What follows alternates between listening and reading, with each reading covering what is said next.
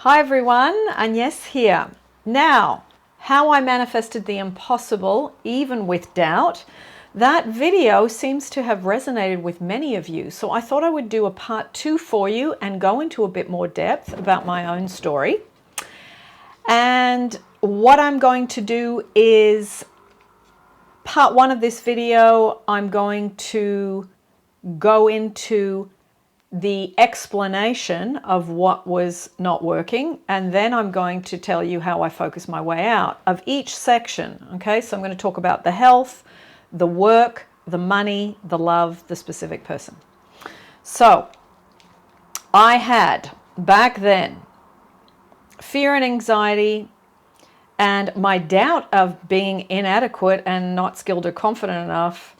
Really, in the end, it didn't stop me from attracting some wonderful desires and outcomes. And hopefully this will inspire you, because I know many of you just get overwhelmed just like I did, and you feel that no matter what I do, it's not working and all of that. So the aim is to reduce your overwhelm by listening to this, and also knowing that in time, my life around work, relationship, love, health, and money, it all needed an overhaul. And I got there, and I'm still working on things. Of course, I haven't stopped, but the immediate incredible stress of very urgent situations and very overwhelming situations, that doesn't exist anymore.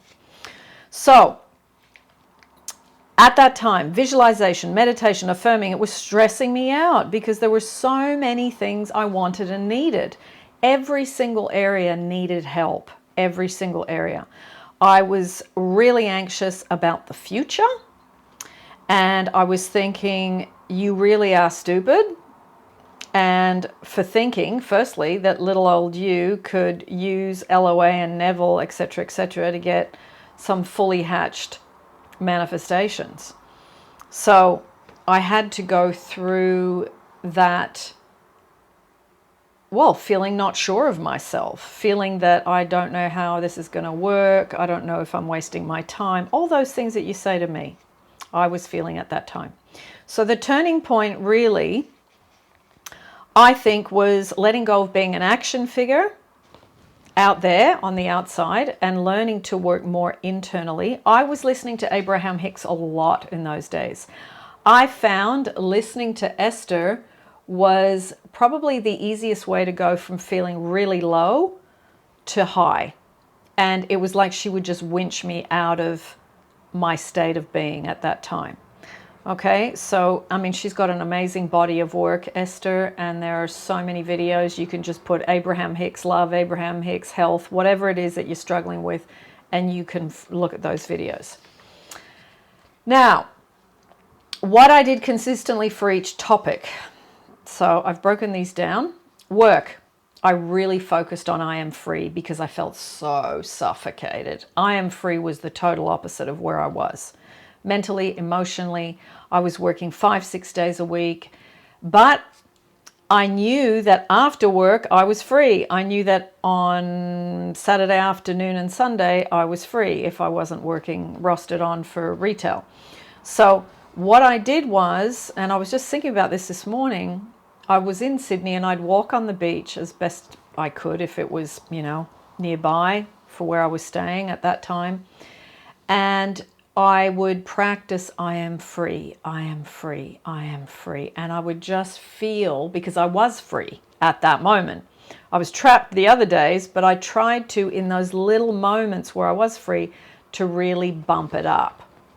So that was really helpful. And I would float on my back in the ocean and say it. It gave me huge relief. It was such a simple thing. It was such a simple thing.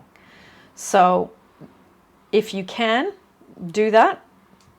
Because your body's in the surrendered position, it's being supported by the water, and you can feel the sun on your body at the same time. I mean, that to me was physically just so good, because I was stuck in shopping centers, sometimes 2 levels underground. I didn't even see the light of day, or I didn't know if it was summer or winter, sunny or rainy or whatever. I was underground a lot of the time. So, and I hated that. I hated it. Now, money. I practiced. I am financially free. I work half the hours for twice the pay, and I slowly, as part of my inspired action, paid off my smallest debt first, and then once that was gone, I worked on the next one, and I did it very systematically. I just wrote it on a piece of paper with the, I think I had, I don't know, 8 debts at the time, wrote them all at the top, and then wrote from smallest to biggest. I tried to consolidate a few times. Sometimes I could consolidate 2 or 3 things, but then they wouldn't consolidate everything. So I was always stuck with, I could never consolidate and borrow enough to just get it all into one. But I thought, okay, I'll just try every year to consolidate, and I kept doing it, and it got less and less and less. And that helped.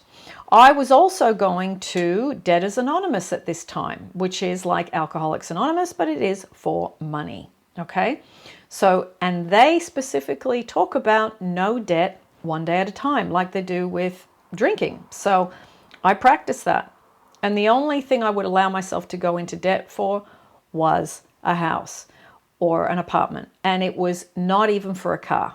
I made a decision that, you know what, if I know what I know about manifesting, then I need to be able to manifest a car that's fully paid. I got myself to the level where I thought even a car needs to be paid for now. Okay? That was just one of my bottom lines. And yeah, so by continually paying off the debt slowly, it decreased my anxiety, it decreased my debt, and also I felt like I was getting a bit more of a sure footing because I had at the worst, I think about $40,000 Australian dollars worth of debt. So that really helped. So I am financially free. I work half the hours for twice the pay. Those were for my money ones. Now, all these things I'm talking about are things, I did talk about the triangle that I did going from Sydney, London, south of France, which you can watch video 1 if you haven't seen it, where I talk about that. So these are all the things I did that were on top of that when, and only when, I didn't feel overwhelmed and anxious. Okay? Now, the category of love. I practiced. I am very, very loved. Sometimes I would lay on my bed for up to 2 hours and do it because I felt so unloved and unwanted. And I felt just like I was working a job I didn't want. I just felt really, I don't even know what the word is. Downtrodden, that's it. I felt really downtrodden.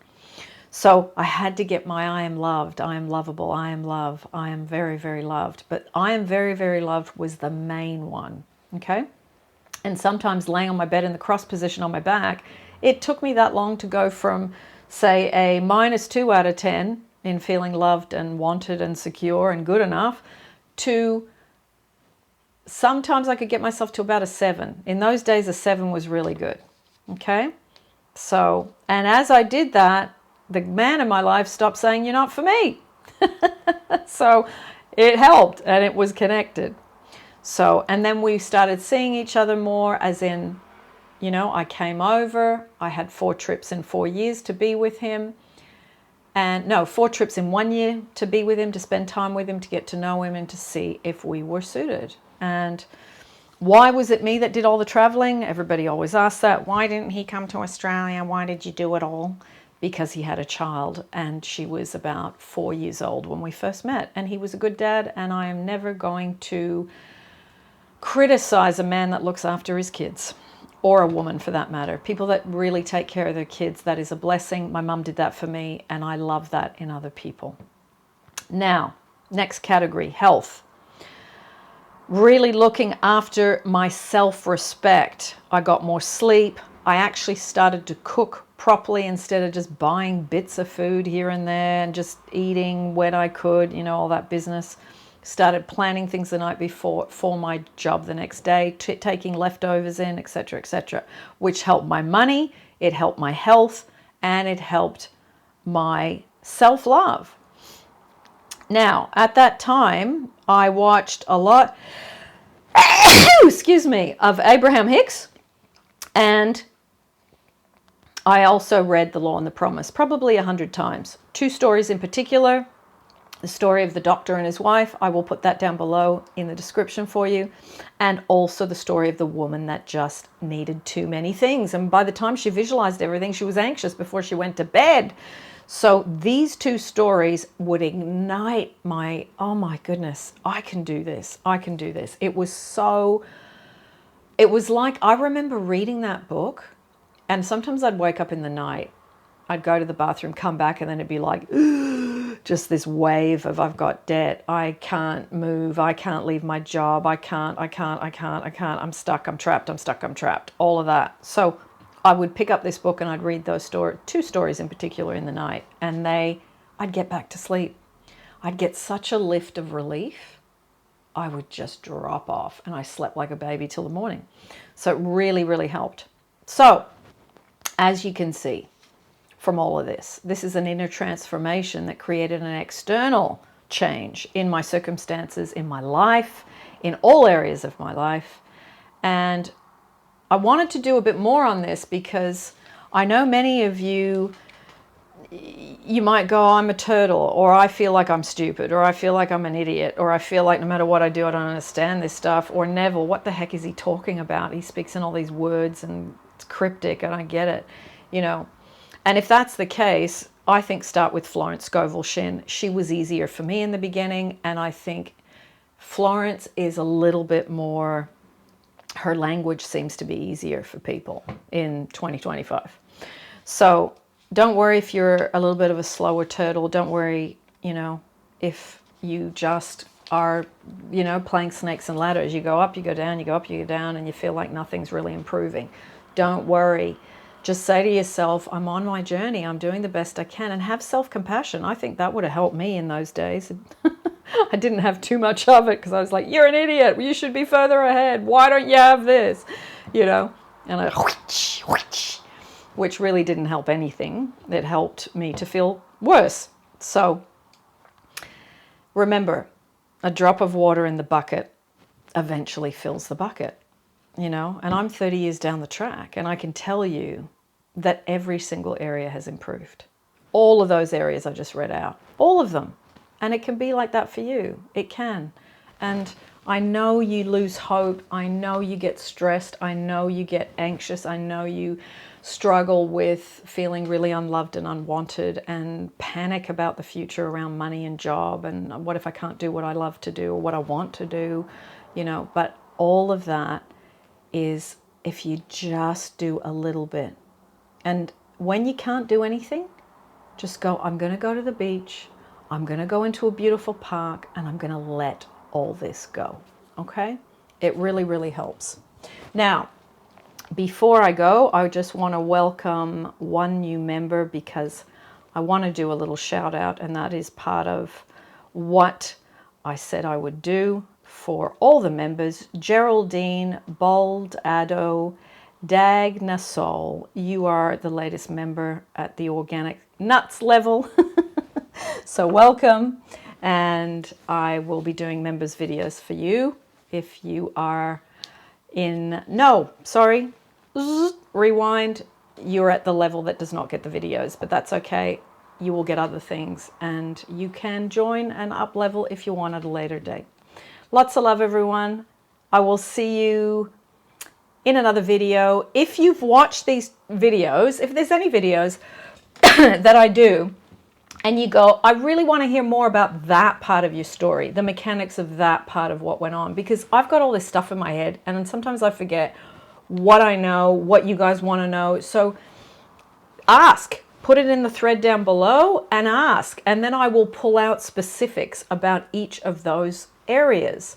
I'll go into it in more detail. I'll go through what wasn't working, what I did, what I specifically focused on, and how it gave me the result. Okay, because that's what you need to know. You don't want to hear me wafting on about theory. You want to hear what did you do and what worked at a grassroots level, and that's what I look for when I look for help myself, or if I'm listening to somebody. I want to know that, not that you're reading out of a book. You know, the book stuff's good, but it's not where the meat on the bone is. Okay, that's it. See you soon. Ciao.